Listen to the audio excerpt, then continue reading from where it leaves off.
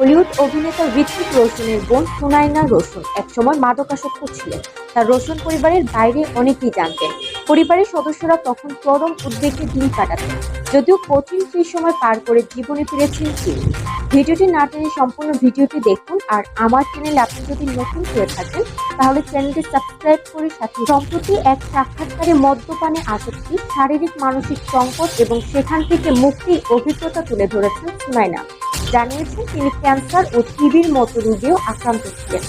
সুনায়না বলেন, আমি একসময় মদ্যপান করে নিজেকে আঘাত করতাম, বিছানা কিংবা চেয়ারে পড়ে যেতাম। দেহ জুড়ে নীল দাগ থাকতো।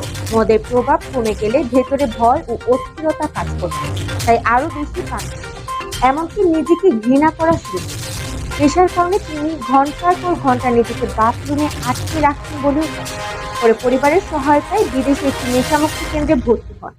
সেখানে গিয়ে কেমন অভিজ্ঞতা হয়েছিল জানতে চাইলে সুনায়না বলেন, প্রায় 6-7 জন মানুষ প্রতিদিন আমাকে জিজ্ঞাসাবাদ করতেন।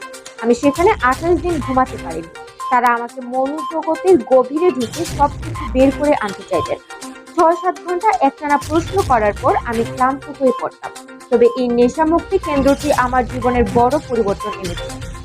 সম্পূর্ণ ভিডিও দেখার জন্য ধন্যবাদ। ভিডিওটি ভালো লাগে লাইক, কমেন্ট ও শেয়ার